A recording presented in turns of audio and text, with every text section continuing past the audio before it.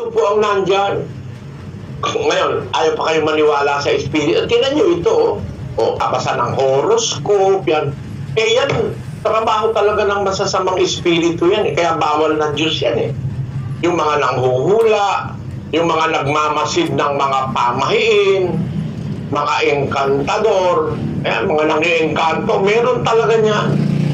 Pinasabi yan ng salita ng Diyos eh. Yan ang mga pruwebang may masasamang espiritu dito sa mundo. Ulitin natin kapatid na Daniel yan. At hanggang sa 12, pagkatapos basahin natin sa iba-ibang wika. Huwag makakasumpong sa iyo ng sinumang nagpaparaan sa apoy ng kanyang anak na lalaki o babae, o nanghuhula, o nagmamasid ng mga pamahiin, o engkantador, o manggagaway, o engkantador ng mga ahas, o nakikipagsasayin. Meron ba talaga engkantador ng ahas? Meron po, kapatid na Eli.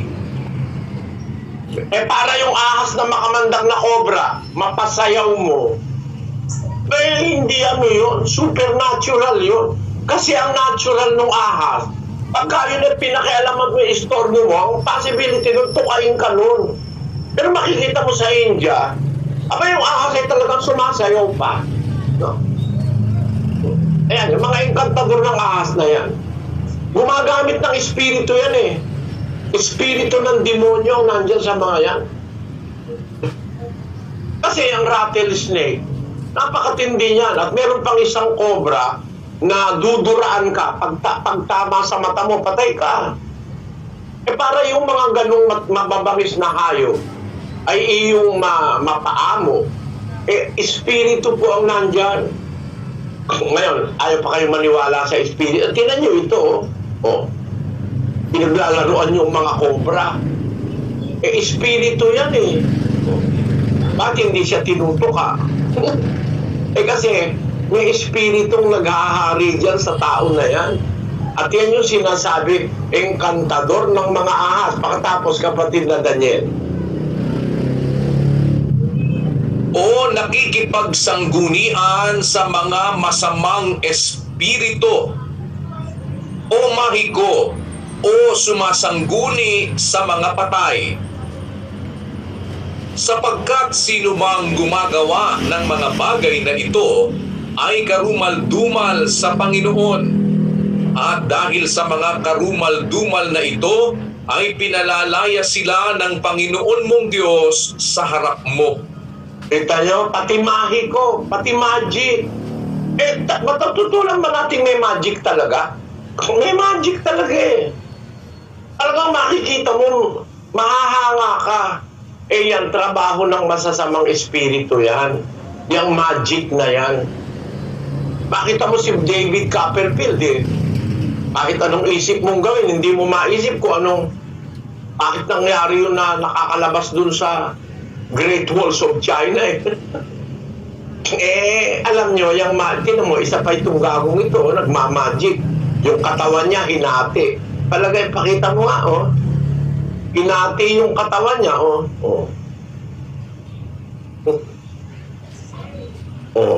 hindi ba yan mga magic, mga optical illusion na sabihin mo?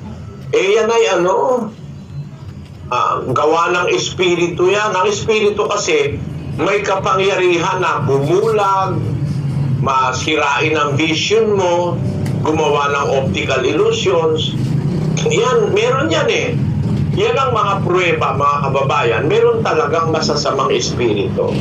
At kung naniniwala na kayo na may masasamang espiritu, dapat nyo rin paniwalaan may mabubuting espiritu.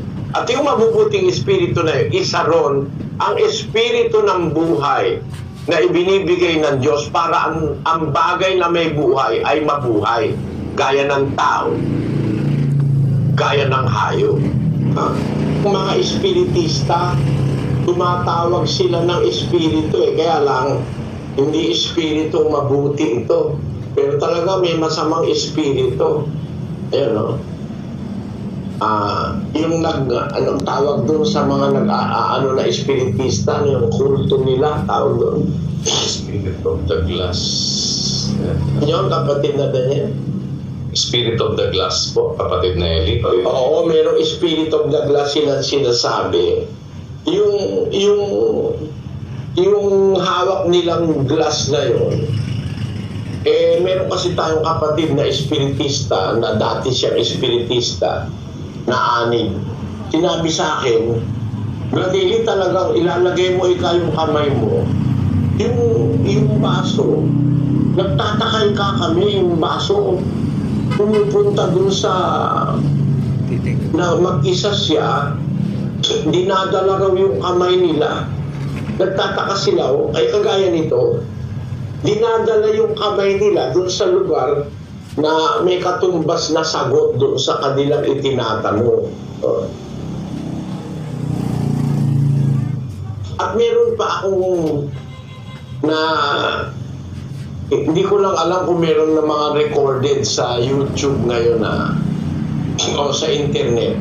Yung nakita ko nung ako ay siguro mga 16 anyos ako noon, doon sa Hilton Hotel, gumagalaw talaga yung yung bato. Gumagalaw. Magsasalita yung parang yung medium. Meron siyang malaking board. May mga nakalagay doon na mga letra. Pag nagtanong, yung gumagalaw yung batong korting pusong bato na may tali. Gagalaw siya, pupunta siya doon sa mga letra para gumawa ng sagot doon sa tinatanong ng medium. O, tingnan nyo ito. Ito, napapagalaw. Espiritu yung nagpapagalaw na yan eh. Kaya ako naniniwala rito mga kapatid. Nakita ko kasi sa dalawang mata ko na meron talagang gumagalaw na merong energy o may espiritu ang tawag sa Biblia na nagpapagalaw miski sa inanimate objects. Yung ang kapatid na daso, tanungin nyo mga kapatid na taga riyan sa Santa Maria, Bulacan, dyan sa Halang, yung kapatid na daso ang pangalan nun. Nung hindi siya kaanib sa iglesia, meron siyang ganyang power eh. Bubuksan niya yung isang kaha ng posporo. Yung mga posporo tatayo, tapos magsasayaw yung posporo. No? Meron namang isa pa, meron talagang masamang espiritu eh. Nakikita ko ng mata ko yung mga nangyari. Yung kapatid na karning sa Magalang. Ano siya? Babae siyang matanda. Naku po, nung tawagin ako ng mga kapatid, sabi niya, meron kaming kapitbahay. Ay, may demonyo kasya. Sabi ko, bakit pa nyo alam na meron demonyo? Ang lakas-lakas ka. 5 lalaki, hindi siya mapigil. Sabi, puntahan natin, baka matulungan. Medyo kinakabahan pa nga ako, bata pa ako noon eh. 22 anyos lang ako noon eh. Dahil obligasyon ko, dahil nangangaral ako dun sa lugar na yon, sumama ako. Nakita ko yung matanda. Namumula yung mata. Nakakakilabot. Maiisip ko. Nakakilabot yung mata niya namumula. Ang boses niya lalaki. Hindi naman si Marcelito Pomo yun. Matandang taga ron sa Magalang, Pampanga. Kung si Marcelito Pomo, wala na tayong usapan. Talagang mahusay siya. Kontik na naging champion yun ng napagkaisa lang dahil Pinoy eh. May kalokohan din ito si yung producer niya. Dapat talaga yun ang champion eh. Kasi naman Pilipino tayo eh, siyempre. Ngayon, si Marcelito po pwedeng boses lalaki, pwedeng boses babae. Pero yung matanda, talagang boses lalaki. Naririnig ko, parang siya, nagwawala. hawak-hawak ng 5 lalaki, hindi mapigilan. Ang ginawa nila, itinali nila yung matanda. Boses lalaki, napakalakas. Wala akong alam, bago pa ako nun, di pa ako marunong masyado ng kung anong gagawin ko. Sabi ko, mga kapatid, manalangin tayo. Panalangin natin siya. Hindi naman siya kasi kapatid eh. Katoliko siya eh. Ngayon, sabi ko, bago tayo manalangin, umawit muna tayo. Nung umaawit kami, ng awit na papuri sa Diyos, kumalma yung matanda. Nanalangin kami. Bakit pagkatapos namin manalangin, boses babae na siya, hindi na siya nagwawala. Pero makikita mo yung kanyang ama ito, saka yung paa niya, nangingitig kulay violet. Kasi matagal siyang nakatali. Nawala yung espiritu na yun. Yun ang sinasabi sa Biblia. May espiritu ng mga demonyo lumabas kay Maria Magdalena, 7 espiritu ng mga demonyo. Ganon din yung espiritu ng demonyo na lumabas dun sa tao sa Gadareno. At sa marami pang instansya ng Biblia. Ito mga ito, di naman paniniwalaan ito ng mga ateista eh. No? Pero naniniwala po ako mga kapatid. Kasi nga, saksi ako, nakita ko, ito yung matanda o.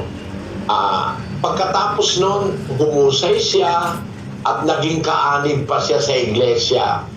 Hanggang sa kanyang kamatayan, natuto siyang gumawa ng mabuti. Kausap siya ni kapatid na Daniel. Si kapatid na Carmen. Napamahal sa amin yung matanda na yan eh. Diyan ako nakakita talaga na totoo talaga merong espiritu ng mga demonyong pumapasok sa tao. Kaya napamahal din sa akin yung matanda na yan. Naisip ko, si Maria Magdalena napamahal sa Panginoong Jesus eh. 5 demonyo lumabas dun eh. Ito hindi ko alam. Kasi ang Panginoong Jesus ang nagpalabas kay Maria Magdalena, 7 demonyo lumabas, nabilang ng Panginoong Jesus yun, ano? Ako, di ko naman kayang bilangin dahil di ko nakikita eh. Di ko alam kung ilang demonyo lumabas dito sa matandang ito eh. Pero nakita ko yan. Yan.